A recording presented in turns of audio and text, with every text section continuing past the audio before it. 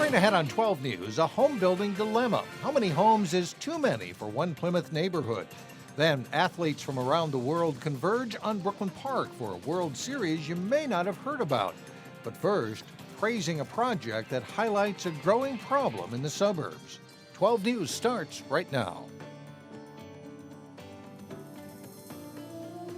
Hello, everyone, and thanks for joining us. Community members in Brooklyn Park have come together to address a problem that's not often talked about in the suburbs, and that's homelessness. The city broke ground today on the first suburban homeless shelter for youth in Minnesota. Reporter Carissa Wyant has more. We are standing on holy ground. Call it a unique groundbreaking for a very groundbreaking project. This project is happening because this community willed it to happen. On holy. It is one of the most extraordinary things I've ever experienced in my professional life. Folks from local churches gathered for a prayer walk. For me as a pastor, it's really to the glory of God that this is taking place. And to bless the ground that will soon be home to a shelter for homeless youth. In the suburbs, it looks different. It's hidden. People, there's so much stigma around it. They're sleeping in cars in places you wouldn't believe. He says, build houses. That's what we're doing right here, building a house. Community groups and the city acted in response to the rise of youth homelessness and sex trafficking in the northwest suburbs. I remember sitting across from an assistant principal who said, Rachel, I've got girls who are pregnant and who have no place to go tonight. Can you help me? Do you have a place for them? And I had to tell her no. The city is paying close to $1 million to build this new 5,000 square foot facility off of West Broadway Avenue. It will have 12 bedrooms for youth ages 16 to 21. For a lot of kids, if we can get them early while they're first on the street, this is going to be a launch pad for them into a better future.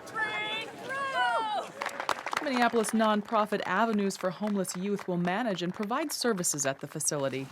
Really what hooked me when I came to this work was these kids. They are strong, they have survived some things that nobody should ever have to survive, and yet they are hopeful. Organizers say this is a prime location with a shopping center nearby where kids could find part-time jobs. There's good bus access. They could take classes at North Hennepin Community College.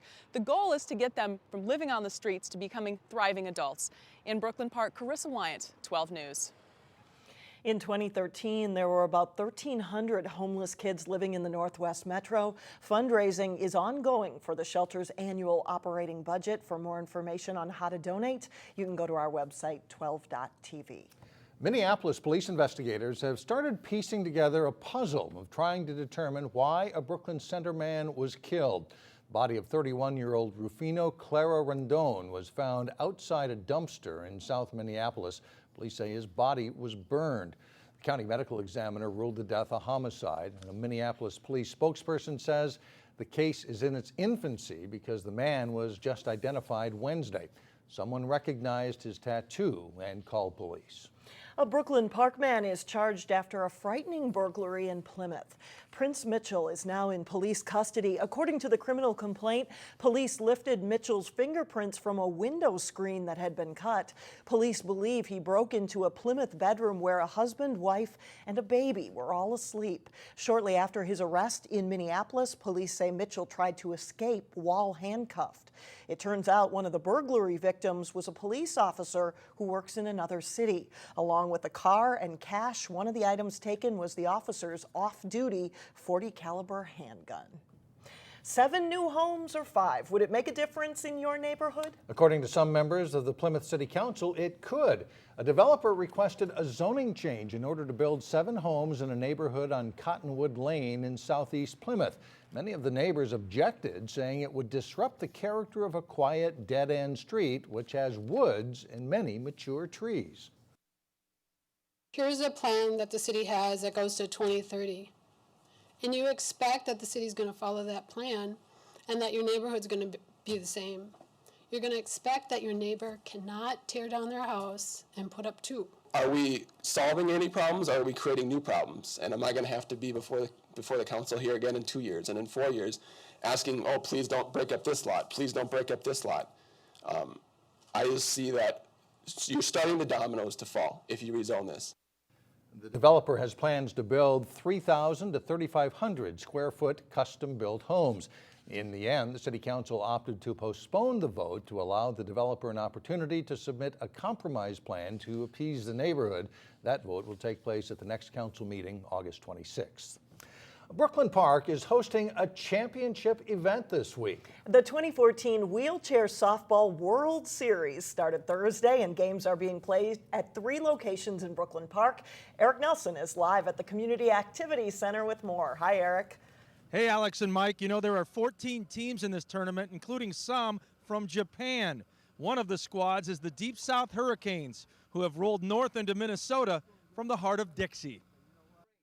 1, 2, 3. Here to win! It means the world to most of us. The Hurricanes blew into Brooklyn Park today, hoping to roll their way to wheelchair softball success. Basically a team representing Mississippi, Alabama, Louisiana, and one from South Carolina. Oh, yeah! They were laser focused going into their World Series game against Illinois. Win or lose, we go home together. We travel together. We're still practicing together. Deep South pitcher Chris Etheridge. Hey, we're here to win and to work hard.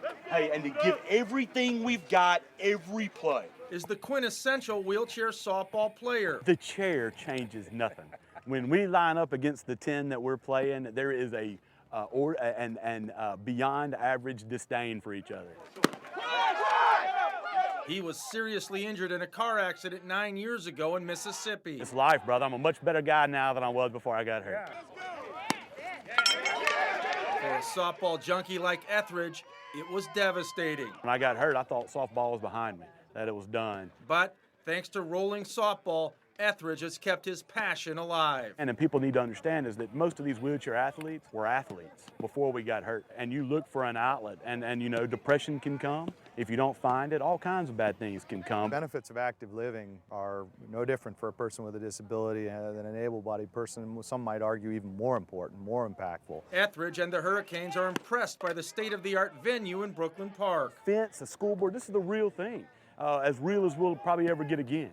And so it puts us back where we were before we got hurt. It's a good thing for the community, and it just demonstrates a commitment to play for all people. The Wheelchair Softball World Series runs through Saturday here in Brooklyn Park. There is a local team involved, the Minnesota Rolling Twins. In Brooklyn Park, I'm Eric Nelson reporting live for Channel 12 News. Thank you, Eric. And real quickly, I understand this is not exactly a non-contact sport, is that right? No, you see collisions out here, especially in the base paths, because it is difficult for these guys to get out of harm's way. We saw a couple earlier today, but luckily nobody injured. Well, sounds like they're going all out. Thank you, Eric. All right. Well, calling all Robbinsdale residents under the age of 19, the city wants to hear from you. The Robbinsdale City Council is creating a youth commission to weigh in on civic affairs. They're looking for a group of around 7 Robbinsdale kids in grades 6 through 12 that would meet with City Council several times a year. The students would have the chance to get engaged in local city government and offer a youth perspective on issues in Robbinsdale. Our demographics have been changing the last few years, and so we have just a ton of young folks in town. And so we're really looking for a way to get them more involved and really get their opinions and let them get some input into what happens here in Robbinsdale. The idea for a youth commission comes from Robbinsdale Mayor Regan Murphy. Interested youth should contact City Hall. Well, coming up, why your crabapple trees looking a little lifeless. We go in the garden next to find out. And then a little bit later in sports, Minnesota's 2-time defending state girls cross-country champions are back on the road as they look for another big season. But first, it's heating up. We're getting July weather in August. A run of 80s is expected to last well into next week.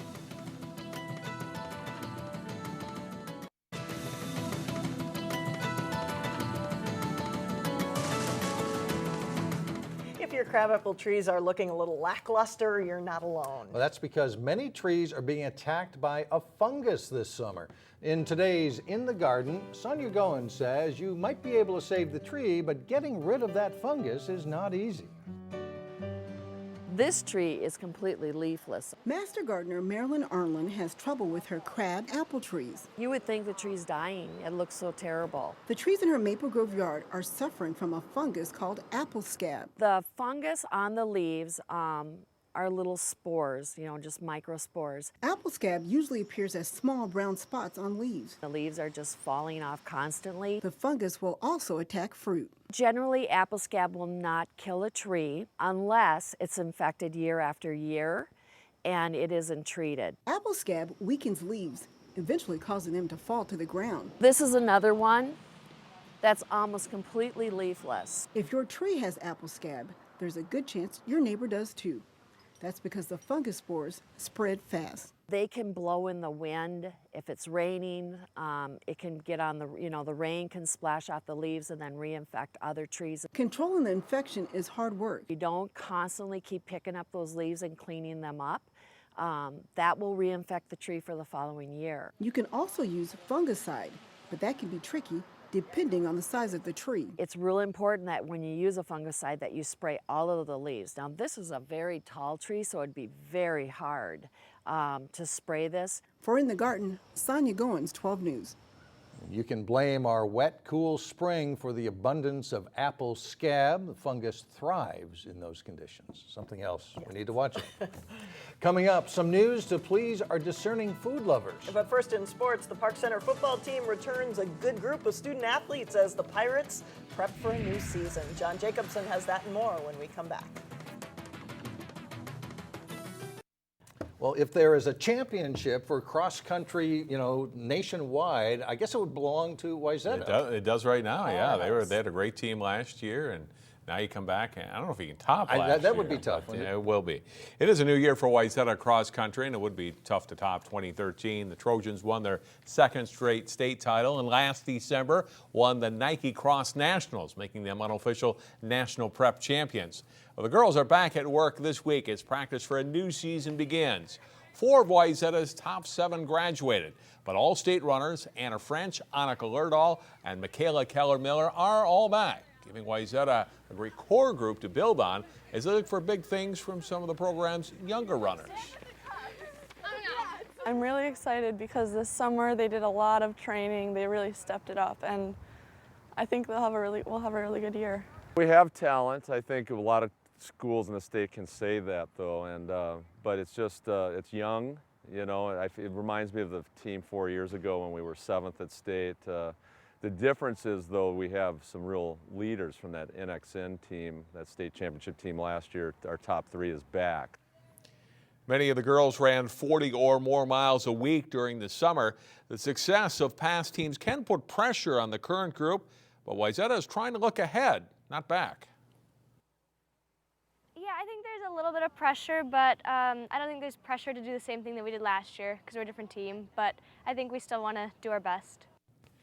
Wayzata's first big meet comes up on August 30th when they run in the very competitive Marshfield, Wisconsin Invitational.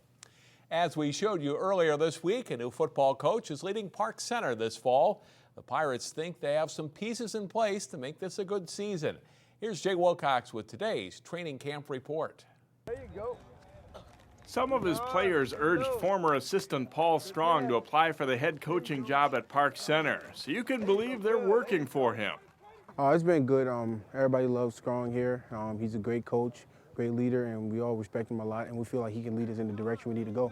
As far as practice goes, I feel like the whole team has a different mindset, that we're not just the same old Park Center, and Coach Strong has really helped us out with being positive. And while they didn't want to give away any secrets, the Pirates are installing a new up-tempo offense. Our new offense, the new tempo, it's exciting people, and people really like it, and we're all looking forward to expanding it and getting better and better. And we're all doing new things, but the new things are good, and we're excited to do them. Park Center's led by speedy Adam Burge, who an opposing coach calls the best returning player in the Northwest Suburban. He's verbally committed to emerging power Northern Illinois, and Burge will be used at safety, quarterback, running back, and wherever he's needed. Offensive and defensive lineman Josh Willay, defensive end and tight end Terrence Howard, and quarterback, running back, receiver Amani Hooker are also very talented. It's a good core group to build around as the Pirates try to turn potential into wins. we got a lot of skilled guys. I mean, we're always going to be short as far as bigger guys, but we have the right ones to get the job done. Last year, the kids felt that we could have had a better season, and so now we know we can not only compete but win some games. So. They aren't the biggest team in stature or numbers, but Park Center might just have the formula for improvement. Jay Wilcox, 12 Sports. The Pirates won 2 games last season. Paul Strong starts his first year at the helm with 6 starters returning on each side of the ball. The Pirates open with a 0-week game next Friday, the 22nd, against Richfield. Before you catch a fish, you have to find it. Locating bluegills in Minnesota lakes is the subject of this week's Channel 12 fishing tip. Here's Terry Tuma with more. So often you hear me make the comment, look for big bluegills in deep water. But there's another locational factor that I think is really untapped.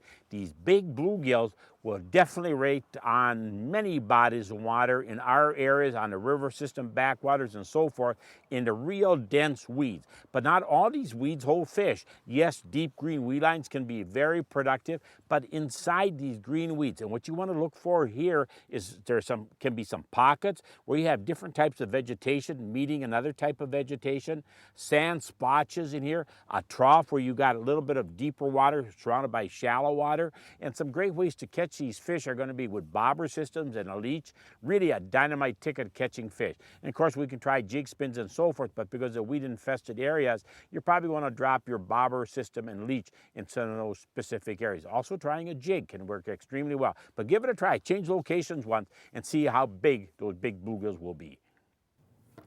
Thanks, Terry. That's it for sports today. All right, thanks a lot, John. All right, listen up, foodies. Another major award could be making its way to the Northwest Metro. We'll have the details next of another possible honor for Travail when we come back.